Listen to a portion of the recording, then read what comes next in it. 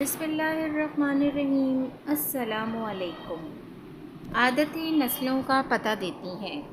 ایک بادشاہ کے دربار میں ایک اجنبی نوکری کی طلب لیے حاضر ہوا۔ قابلیت پوچھی گئی، کہا سیاسی ہوں۔ عربی میں سیاسی افہام و تفہیم سے مسئلہ حل کرنے والے معاملہ فہم کو کہتے ہیں۔ بادشاہ کے پاس سیاست دانوں کی بھرمار تھی۔ اسے خاص گھوڑوں کے استبل کا انچارج بنا لیا، جو حال ہی میں فوت ہو چکا تھا۔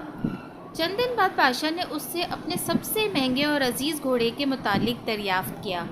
اس نے کہا نسلی نہیں ہے۔ بادشاہ کو تعجب ہوا۔ اس نے جنگل سے سائنس کو بلا کر دریافت کیا۔ اس نے بتایا گھوڑا نسلی ہے، لیکن اس کی پیدائش پر اس کی ماں مر گئی تھی۔ یہ ایک گائے کا دودھ پی کر اس کے ساتھ پلا ہے۔ مسئول کو بلایا گیا۔ تم کو کیسے پتہ چلا اصیل نہیں ہے؟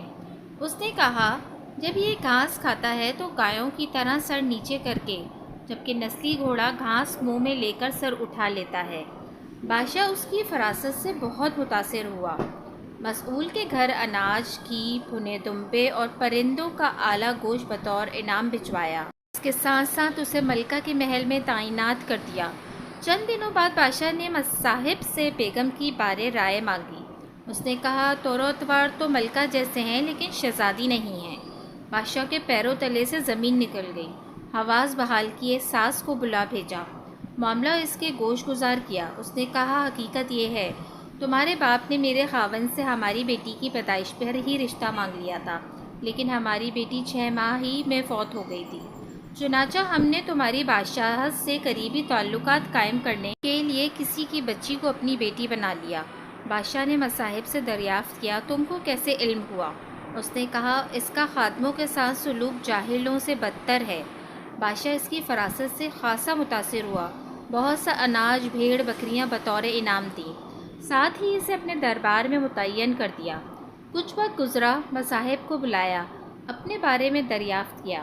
مصاحب نے کہا جان کی امان۔ بادشاہ نے وعدہ کیا۔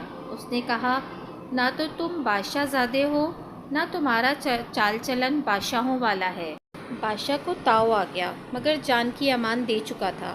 سیدھا والدہ کے محل پہنچا۔ والدہ نے کہا یہ سچ ہے، تم ایک چرواہے کے بیٹے ہو، ہماری اولاد نہیں تھی تو تمہیں لے کر پالا۔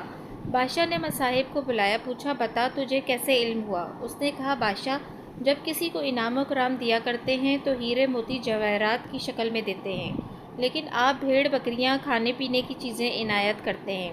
یہ اسلوب بادشاہ زادے کا نہیں، کسی چرواہے کے بیٹے کا ہی ہو سکتا ہے۔ عادتیں نسلوں کا پتہ دیتی ہیں۔ عادات، اخلاق اور طرز عمل خون اور نسل دونوں کو ہی پہچان کرا دیتے ہیں۔ جزاک اللہ۔ اگر آپ کو میری یہ ویڈیو پسند آئی ہے تو پلیز میرے چینل کو سبسکرائب کرنا نہ بھولیے گا۔